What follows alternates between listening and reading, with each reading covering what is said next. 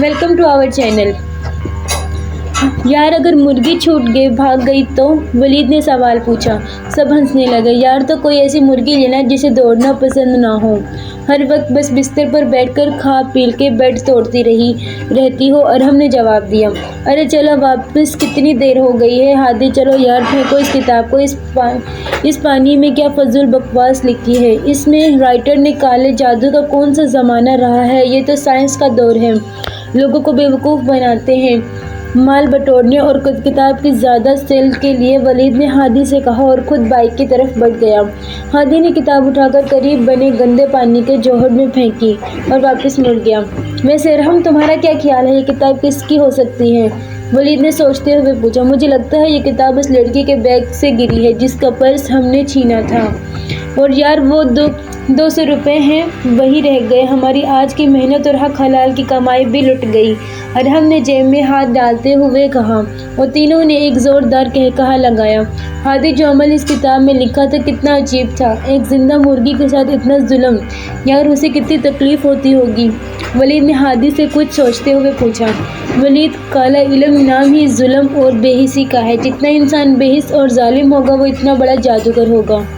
मतलब काले जादू के लिए अपने अंदर से हर किस्म की इंसानियत का खात्मा करना पड़ेगा? वलीद ने फिर पूछा। बिल्कुल वलीद, हमारे घर के पास एक काली इल्म का आमिल रहता था। उसके चेहरे पर क्या फटकार बरसते थे, जिसकी तरफ देखने को दिल नहीं करता था।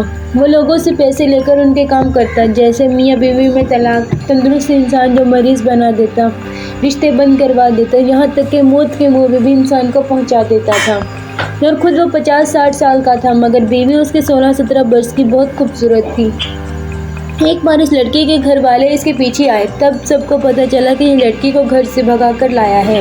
मगर लड़की ने अपने वालिदैन के साथ जाने से साफ इनकार कर दिया। पता नहीं क्या जादू इस लड़की पे इसने फूंका हुआ था, हर वक्त इसकी तारीफ़ें करती रहती। मेरा तो इसकी शक्ल देखने को दिल नहीं करता था।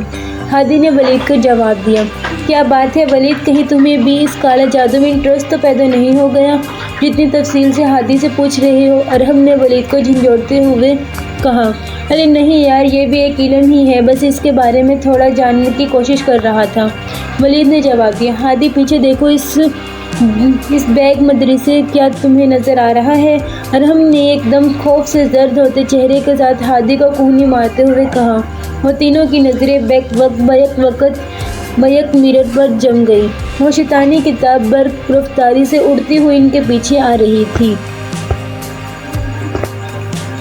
हादी ने घबराकर बाइक की स्पीड आहिस्ता की और सड़क के एक तरफ करके रोक दी। किताब हवा में उड़ते हुए इनके सिरों पर आकर मुअल्लिक हो गई। तीनों खौफजदा निगाहों से एक दूसरे को देखने लगे। ये हादी, बैक बाइक स्टार्ट करो, वलीद ने हादी को कूहनी मारते हुए कहा। मगर तीनों की नज़रें किताब पर जमी हुई थी। जो ही बाइक ने हरकत शुरू की, किताब भी उनके पीछे पीछे चलने लगी।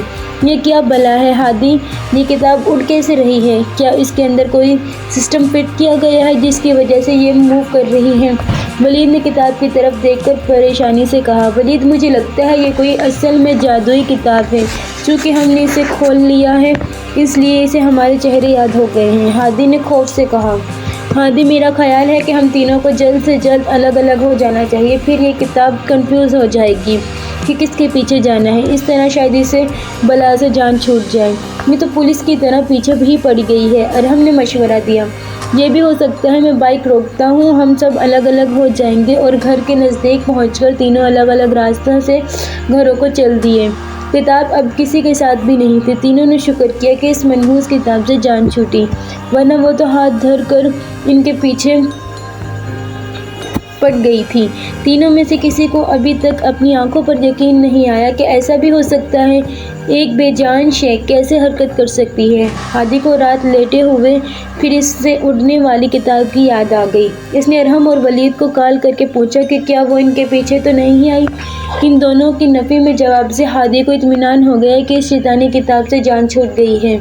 स्कूल में ब्रेक होते ही वो तीनों कैंटीन पहुंच गए, जहां इरम और ज़मीन, उनकी क्लास फेलो, इनका इंतज़ार कर रही थी। असल में वो दोनों इन तीनों के कल के एडवेंचर के रुदात सुनने के लिए बेचैन बैठी थी। बातों बातों में हादी ने कल की किताब वाले किस्से का भी जिक्र कर दिया।